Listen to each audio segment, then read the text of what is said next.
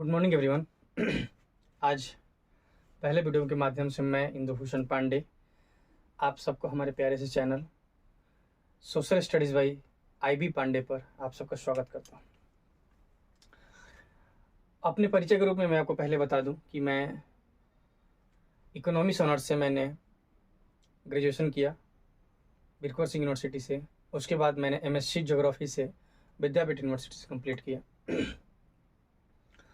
उसके बाद 2018 से मैं एक निजी विद्यालय में शिक्षक के रूप में सोशल स्टडीज़ पढ़ाने के रूप में कार्यरत हूँ। मैं सोशल स्टडीज़ 2018 से पढ़ा रहा हूँ, जिसमें कि प्रायः मैं क्लास 9th और 10th 11th 12th तक ही जा पाता हूँ। उस पढ़ाने के दौरान मैंने ये महसूस किया है कि क्लासेस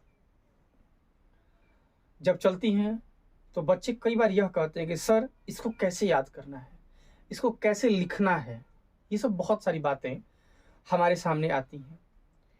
मैंने जब इसके बारे में गहन अध्ययन किया अपनी पढ़ाई को जोड़ करके, तब मैंने पाया कि बच्चों को पुराना मेथड सिखाया जाता है, जिसमें कि यह सिखाया जाता है कि how to mug up the concepts and how to remember the concepts. बच्चों को ये नहीं सिखाया जाता कि आपको कॉन्सेप्ट को उस एग्जाम्पल से, उस उदाहरण से जोड़ना है, जो उदाहरण आप अपने दिनचर्या में 24/7 में देख रहे हैं। अगर उसको देखा जाता, उससे जोड़ा जाता, तो बहुत आसानी से ये तय किया जा सकता था कि बहुत ही सोशल स्टडीज़ बहुत ही आसान है और कुछ बातें ही याद करनी है, यानी बहुत सारे कॉन्सेप्ट को समझा जा सकता है। और आजकल के जो क्वेश्चंस भी बोर्ड एग्जामिनेशन में बन रहे हैं, वो भी कुछ इसी टाइप के बन रहे हैं कि आप एक टॉपिक को रट करके आप उसका आंसर नहीं लिख सकते हैं। इसलिए मैं ये हमेशा प्रयास करता हूँ कि जब भी कोई क्लासेज चले तो मैं ऐसे एग्जाम्पल्स दूं जो उनके डेली लाइफ में घट रहे हों।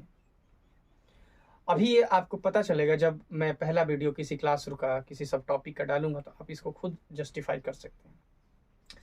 आज मैं ये पहला वीडियो अपने क्लास 10th के प्यारे विद्यार्थियों के डिमांड पर लेके आया हूँ, जो मेरे स्कूल में पढ़ते हैं कि सर एक बहुत बड़े समस्या में हमारे बच्चे रहते हैं, हर स्कूल के बच्चे रहते हैं कि कम समय बचा है, अक्टूबर लगभग आने को हो गया, फेस्टिवल से बहुत सारे आने वाले हैं इस सितंबर अक्टूबर में। सर ऐसा क्या किया जाए कि मिनिमम टाइम में अच्छा परसेंटेज लाया जा सके। मैं उसी के लिए आज ये वीडियो लेकर आया, जिसमें आपको देखने को मिलेगा कि टॉपिक क्या है, more results in minimum time, what to do, what not to do and how. कम समय में अच्छा रिजल्ट्स कैसे लाएं, पहला टॉपिक है।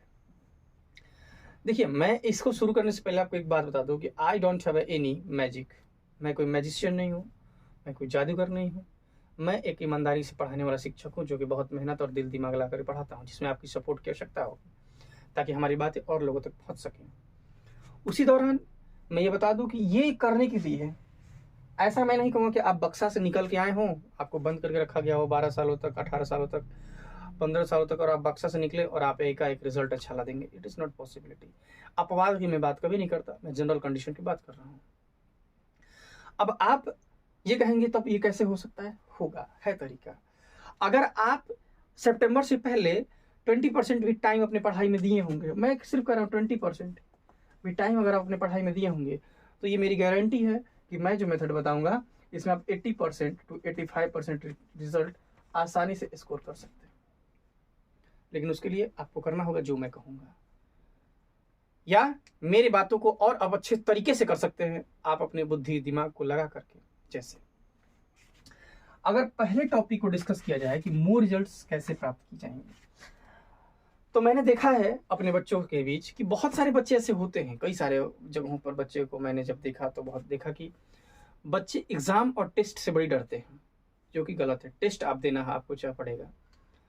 इसका मैं एकदम शुरुआत से मेथड बताता हूँ क्या करना है। जैसे अगर मान लिया जाए ये सितंबर का महीना है और लास्ट अक्टूबर स्टार्ट होने वाला है, तो लगभग अप्रैल, मई, जून, जुलाई, अगस्त, सितंबर, अक्टूबर, you have completed over 7 months. लगभग you have completed over 7 months, right? After the completion of 7 months, it is necessary कि आपने कुछ ना कुछ तो चैप्टर पढ़ा होगा। लगभग 7 से 8 चैप्टर आप कंप्लीट कर चुके होंगे। 7 से 8 चैप्टर आप लगभग कंप्लीट कर चुके होंगे। इस 7 से 8 चैप्टर में क्वेश्चंस भी रहे होंगे। वो क्वेश्चंस कैसे होंगे? ऑब्जेक्टिव होंगे, शॉर्ट होंगे, वेरी शॉर्ट होंगे, लॉन्ग होंगे, मैप बेस्ड होंगे, केस बेस्ड स्टडी हो गया, ठीक है। ये सारे क्वेश्चंस, आप इमेज बेस्ड स्टडी हो गया, बहुत सारे क्वेश्चंस रहे होंगे जो कि आपको पढ़ना है। अब आपको क्या करना है? अभी के अभी आपको सैंपल पेपर बाई करना है। पहला याद रखिएगा स्टेप, सैंपल पेपर किसी भी कंपनी का आप बाई कर सकते हैं। First number sample paper by करना है। उसके बनाने का मेथड ध्यान से समझिएगा। मान लीजिए अनसॉल्व्ड आपने खोल लिया। अनसॉल्व्ड में सैंपल पेपर नंबर 1 आपने ओपन किया। अनसॉल्व्ड में सैंपल पेपर नंबर 1 आपने ओपन किया। आपने उसके objective question plus very short ये सारे बनाना शुरू किया। आपने ऑब्जेक्टिव बनाया, लगभग उसमें 20 ऑब्जेक्टिव्स दिए हुए हैं, राइट? ध्यान से समझिएगा, 20 ऑब्जेक्टिव क्वेश्चंस दिए हुए हैं। 20 ऑब्जेक्टिव क्वेश्चंस में मान लीजिए आपने बनाया और आपको 10 क्वेश्चन नहीं आया, 10 क्वेश्चंस नहीं है। It can be possibility because you have not completed your whole syllabus. You have only completed 7 to 8 chapter or maximum 10 chapter.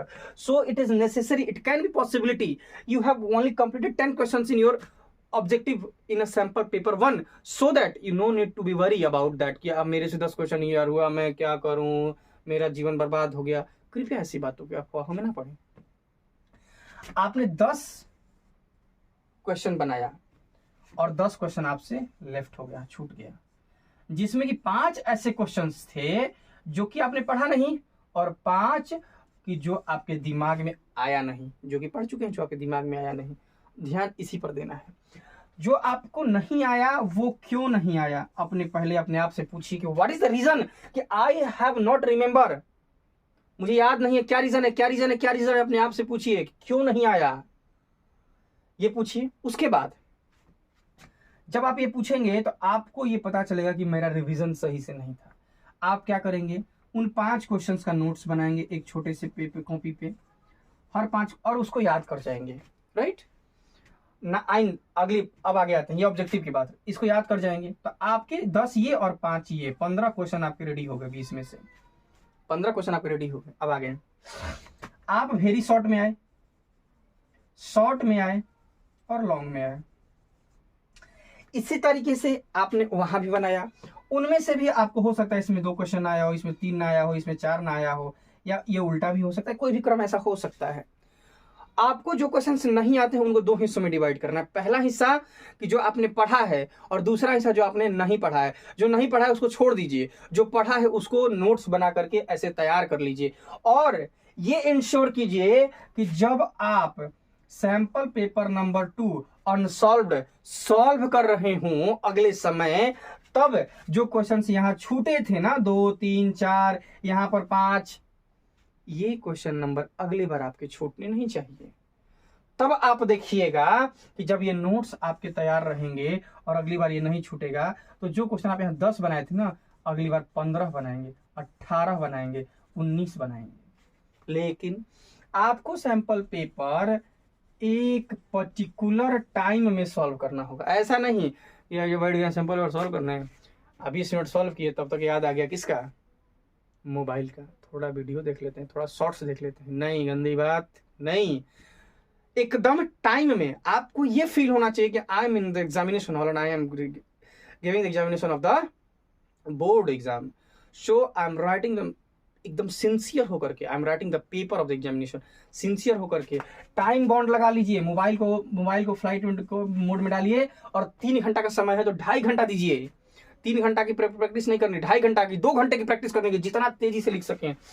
और उसके बाद आप उसका चेकिंग करेंगे। चेकिंग का मेथड भी बहुत इंपॉर्टेंट है जानना, कैसे चेक कैसे करना है। आप जो आंसर लिखे हैं उसको सैंपल पेपर में पीछे से, सैंपल पेपर में पीछे आंसर होता है, जैसे देखिए सैंपल पेपर है तो इसके पीछे अनसॉल्व्ड के पीछे आंसर होते हैं, राइट। जैसे देखिए ये आंसर पार्ट है ये सब, तो यहाँ से मिला लीजिए 11 का ए, 12 का सी, है ना, 13 का डी, 14 का सी, इस तरह से मिलाया आपने। और उसके मिलाने के बाद आप ये इंश्योर करेंगे कि मैंने क्या लिखा है, आंसर में क्या लिखा है। अगर इक्वली है तो बहुत अच्छा, अगर कुछ चीजें आप उसे लर्न कर सकते हैं तो बिल्कुल लर्न कीजिए। इस तरह से करने के साथ आप ये पाएंगे, ये हर सब्जेक्ट में करना है, सिर्फ किसी एक सब्जेक्ट की बात नहीं है, ये पाएंगे कि 4-5 सैंपल पेपर सॉल्व करते करते आपके अंदर एक कॉन्फिडेंस आ गया और आप आसानी से पहले की अपेक्षा ज्यादा नंबर प्राप्त कर सकते हैं। सोशल साइंस और मैथमेटिक्स में सबसे अच्छी बात प्रॉब्लम ये होता है कि लगता तो है कि हो जाएगा, लेकिन जब लिखने बैठते हैं ना तो मैथ में फॉर्मूला और कॉन्सेप्ट और सोशल स्टडीज में लैंग्वेज की प्रॉब्लम हो जाती है कि लिखें क्या, आता तो है लिखें क्या, शब्दों को पिरोएं कैसे, ये समस्या आपके सामने आ जाती है। इसी से बचना है। तो पहला मेथड, मिनिमम टाइम में आप सैंपल पेपर कैसे बनाएं, इसका मैं एक और एग्जांपल आपको समझाता हूं, ध्यान दीजिएगा।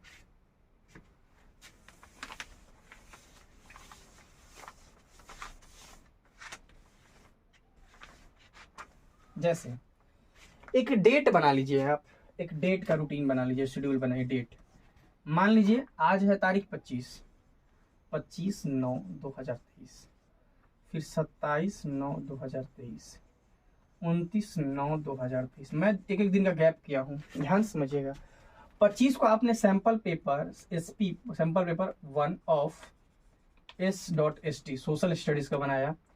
27 को आपने मैथ्स का बनाया, मैं of sample paper 1 SP1, science का बनाया SP1, राइट। उसके बाद आप 1/1/10/23 को आपने इंग्लिश का बना लिया, ठीक है। उसके बाद आप संस्कृत का बना लिए। उसके बाद इतना ही सब्जेक्ट मैक्सिमम होते हैं, ठीक है। इसके बाद आपने 3 तारीख को संस्कृत का बना लिया। इससे ये होगा, और ये जो बीच का एक दिन का गैप है ये आपके revision, notes making and preparation for next sample paper, के लिए दिया हुआ है। जब आप इस तरह से बना लेंगे और आपके सामने वो चिपका रहेगा तो आपके दिमाग में ठक ठक ठक ठक आवाज आएगी कि अबे भैया मेरे को करना है, नहीं तो मैं तो बर्बाद हो जाऊंगा, फिर कोई कुछ नहीं पूछेगा। क्योंकि जो 10th का बोर्ड होता है ना, 10th का बोर्ड होता है, वो फ्यूचर डिसाइड करता है आपका। पूरे गांव में, समाज में हल्ला होता है कि फलाना के बेटा, फलाना के बेटी एग्जाम देने वाले हैं, 10वां का रिजल्ट आएगा, पूरा समाज पूछता है। 11th-12th में क्या होगा, ग्रेजुएशन में, MA में कोई नहीं पूछेगा, 10th में पूरा समाज पूछता है। और एक कहावत कहा जाता है हमारे भोजपुरी में कि न नौ दिया तेल हुई न राधा नची है, न नौ दिया तेल हुई न राधा नची है। इसका मतलब क्या हुआ कि कुछ लोग ये सोच रहे होंगे कि पूरा सिलेबस कंप्लीट हो जाए। भैया क्यों इंतजार करना पूरा सिलेबस का, मैंने मेथड तो बताया ना। What is the reason behind it, you are waiting for the completion of the syllabus, no need to for the waiting. इंतजार करने की आवश्यकता नहीं है। राधा को नचाने के लिए 9 दिया तेल नहीं, 1 दिया तेल पर ही राधा को नचा दीजिए, तब ना तो समझेंगे कि समझ में आया कि हाँ आप बड़े कलाकार हैं, आपको हमारी बात समझ में आ रही है। दूसरे टॉपिक पे आते हैं, व्हाट टू डू। मैंने आपको मेथड बताया क्या करना है। इसके साथ साथ आपको हर टॉपिक का रिवीजन करना है। हर टॉपिक को प्रीवियस रिवीजन से भी स्टार्ट कीजिए। मैं रिवीजन का मेथड कभी अलग वीडियो में बताऊंगा। उसके साथ आप व्हाट नॉट टू डू, सबसे इंपॉर्टेंट बात, क्लास 10th में कुछ ऐसे बच्चे मुझे मिलते हैं जो कि रिसर्चर बन जाते हैं। रिसर्च नहीं करना है किसी टॉपिक पे, उतना ही पढ़ना है जितना कि बोर्ड में आएगा, रिसर्च नहीं करना है किसी भी टॉपिक पे। अगर आप रिसर्च करने लगेंगे तो क्या होगा कि आप अच्छा से काम नहीं कर पाएंगे। ट्रिगो की बात किया जाए, ट्रिगो में बहुत सारा बात है, 11th में बहुत सारा ट्रिगो पढ़ना है, IT में और ट्रिगो पढ़ना है, मेंस में, एडवांस में अलग लेवल, लेकिन आपको उतना ही पढ़ना है जितना बोर्ड में आता हो। सोशल स्टडी, अगर नेशनलिज्म इन यूरोप की बात किया जाए तो बहुत सारे टॉपिक है नेशनलिज्म इन यूरोप में, बहुत सारी किताबें हैं उसके बारे में, उस सबको नहीं पढ़ना है, जो दिया है उसी को पढ़ना है। तो रिसर्चर नहीं बनना है। तो व्हाट नॉट टू डू में क्या करना है, don't to be a researcher, research आपको नहीं करना है।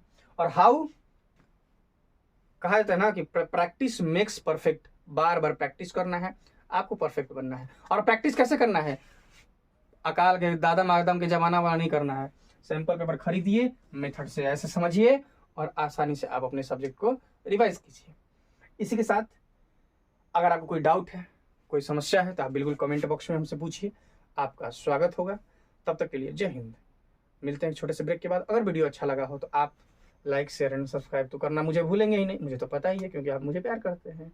Bye bye.